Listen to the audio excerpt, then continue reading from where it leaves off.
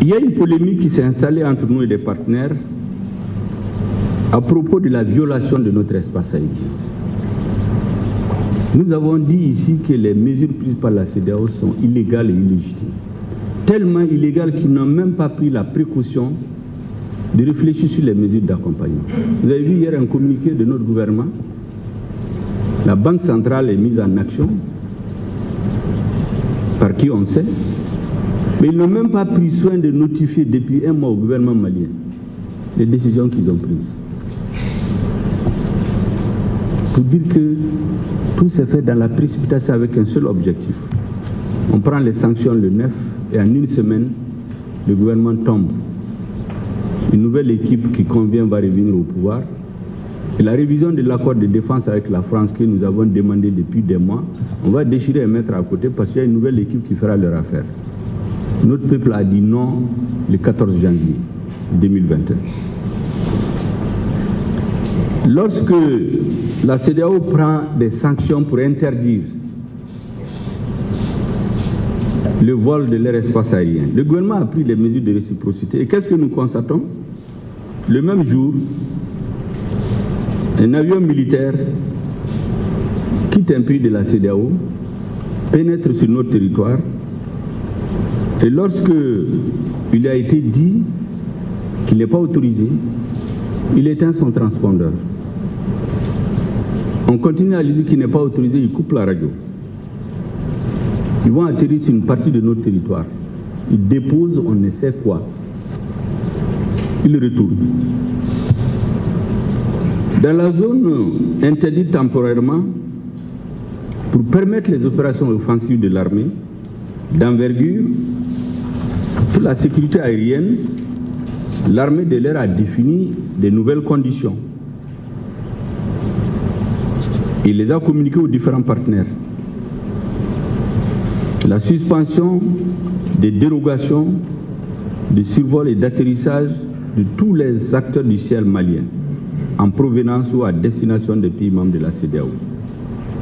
Cette annulation concernait toutes les dérogations, y compris celles ponctuelles. Qu'est-ce que nous constatons? Il y a des pays qui font fi de cela. Ils pénètrent dans la zone établie qui est interdite par des avions. Le centre de commandement opérationnel de coordination des opérations aériennes les informe. Malgré tout, ils restent insensibles. Et finalement, nous avons été obligés de faire des rappels à l'ordre clairs et précis. Ainsi, le 11 janvier, soit un jour après les sanctions de la CEDEAO, et la publication du mémorandum qui indique que l'espace aérien malien est fermé, je viens de vous dire qu'un avion militaire d'un pays non africain quitte un pays de la CEDEAO et vient sur notre territoire. Lorsque le contrôleur dit aux pilotes qu'ils n'ont pas le droit de survoler, il dit non, qu'ils sont en vol opérationnel. Le 18 janvier, entre 11h et 14h, un aéronef français de type A332, immatriculé FUJCG, indicatif CMM 1050, faisant le trajet Paris-Niamey, a tenté de pénétrer dans l'espace aérien avec un faux numéro d'autorisation, notamment le numéro 0107 ANAC-DG. Le centre de commandement des opérations alerté par les services de contrôle aérien pendant que l'avion se trouvait en territoire mauritanien à 30 minutes de l'espace aérien, a procédé à l'authentification du dit numéro. Il est ressorti que cette authentification suspensionnée a été officiellement délivrée la veille à un autre appareil français de Barkhane pour servir d'autorisation de survol. Ayant reçu ces informations, le contrôleur a notifié au pilote qu'il n'était pas en règle et par conséquent le survol du territoire malien lui était interdit. C'est ainsi que le pilote annonça au contrôleur qu'il était en possession d'un autre numéro d'autorisation permanent, numéro 221-225, qui malheureusement n'est ni délivré par le centre de commandement des opérations, ni par l'Agence nationale de la sécurité aérienne. En procédant à une vérification minutieuse de la fiche de demande d'autorisation de survol, on découvre qu'elle était contrefaite avec l'ajout d'une rubrique supplémentaire, alors que la fiche authentique n'en compte que 10, une rubrique de 10, de 11, alors que la rubrique supplémentaire n'en compte que 10. Le 18 janvier, les mêmes choses continuent. Un aéroport militaire, probablement pour le compte de Barkhane, effectue un vol non autorisé. Ce vol a été signalé au contrôleur via les services de contrôle compétents. Malgré que le pilote a été averti de ne pas atterrir pour faute d'autorisation, il poursuivit sa manœuvre pour atterrir à Gao.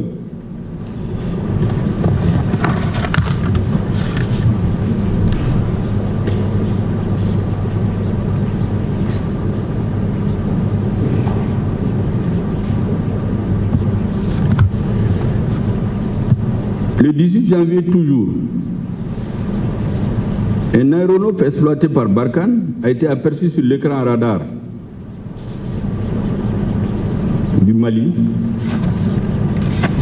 Il se trouve qu'il est sans aucune coordination avec les systèmes de contrôle. Les services maliens de contrôle appellent alors Niamey d'où il vient pour en savoir plus sur terrain. Ces derniers répondent que l'aéronef a coupé son contact avec eux après le décollage.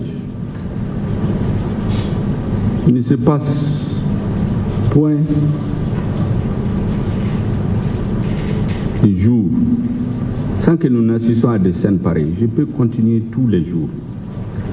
Le 20 janvier, le jour de la fête de l'armée, un avion immatriculé en provenant de Niamey à destination de Gao a survolé l'espace aérien malien sans autorisation.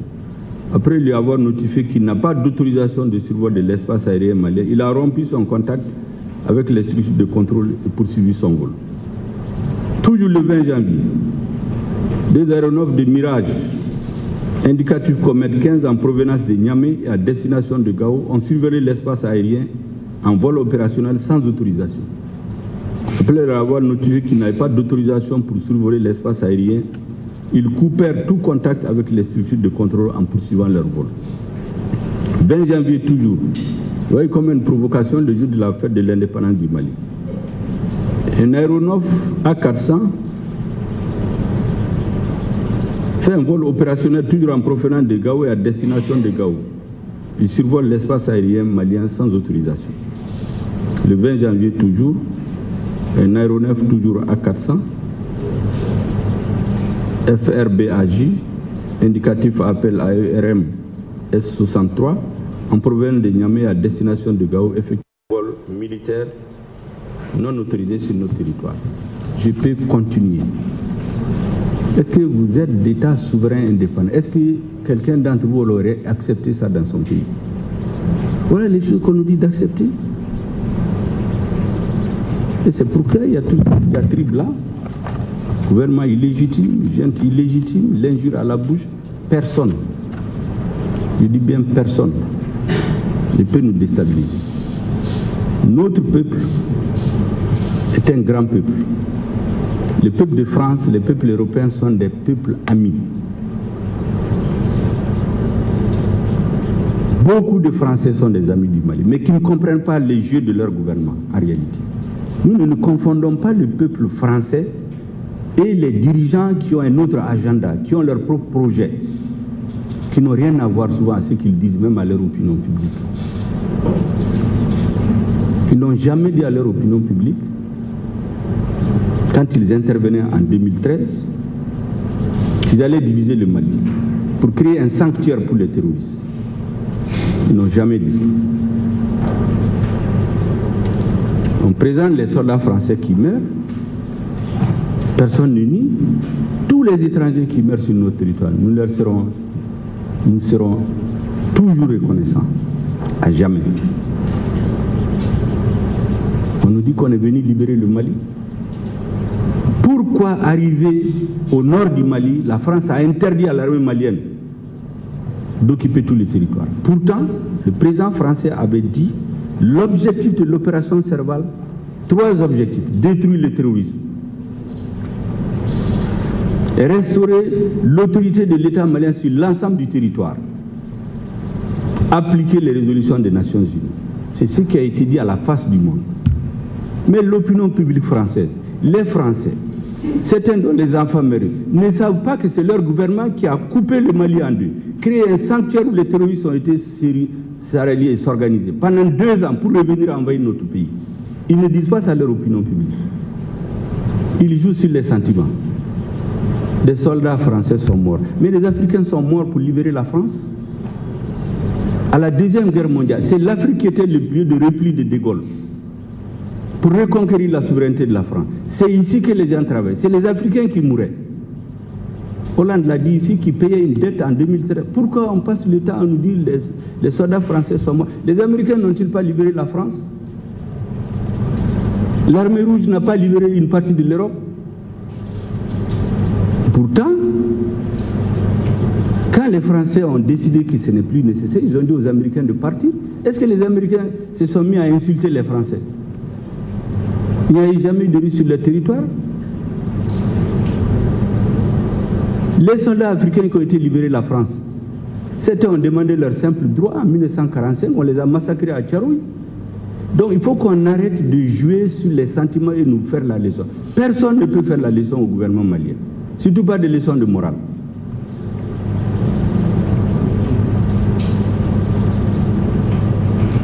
Notre pays est profondément lié à la France par l'histoire.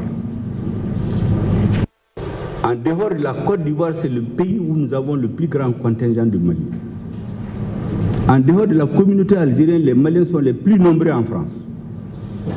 Leur appui à notre économie, leur poids dans notre société, sur le plan économique, culturel, c'est plus important que l'aide de la France au Mali. Est-ce que vous pensez qu'un gouvernement responsable, avec les liens historiques, les liens stratégiques, militaires que nous allons nous lever comme ça pour dire des choses qui leur permettent. Mais on ne peut pas nous vassaliser, on ne peut pas transformer le pays en esclave. Ça, c'est terminé. Il n'y a pas de zone d'influence. En tout cas, le Mali ne fait pas partie de la zone d'influence d'un pays. On a partagé l'Afrique le 28 février 1985 en zone d'influence. Nous ne nous considérons pas que nous sommes dans la zone d'influence. Nous sommes dans la zone d'influence du monde. Donc personne ne peut traiter les problèmes du Mali par procuration. Personne. Et lorsqu'on refuse ça, on nous insulte, on nous menace, on viole les règles. Comment vous voulez construire? Vous voulez rétablir le retour à l'ordre constitutionnel normal pour construire un état de droit en violation des règles qui ont institué la CEDEAO, qui ont institué les Nations Unies. Vous violez ces règles et vous dites que vous voulez ramener l'ordre constitutionnel normal. Ce n'est pas possible. Nous ne changerons contre rien la sécurité de notre pays et de nos populations. Ceux qui veulent nous aider, ils nous aident. Celui qui pose comme condition qu'il faut qu'on continue à tuer les Maliens qu'on accepte, je pense qu'il ne trouvera pas de terrain d'entente avec nous. C'est aussi simple que ça. Nous n'avons aucun problème avec le peuple français, avec l'État français. Il y a des dirigeants qui ont leur propre agenda politique. Ils instrumentalisent l'opinion publique. Ils essaient, par faute de solidarité, d'avoir toute l'Europe avec eux. Pourquoi beaucoup de pays européens et américains ont refusé cette histoire de G5 Sahel et de Takuba? Parce qu'ils voient ce qui se cache derrière. Nous aussi, nous voyons, on a un coefficient intellectuel largement au-dessus de la moyenne, contrairement à ce qu'ils pensent.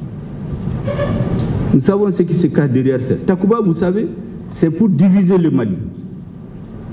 C'est le sabre en Sorey et en Tamacheq. Ce n'est pas un nom qui a été pris par hasard. Merci beaucoup.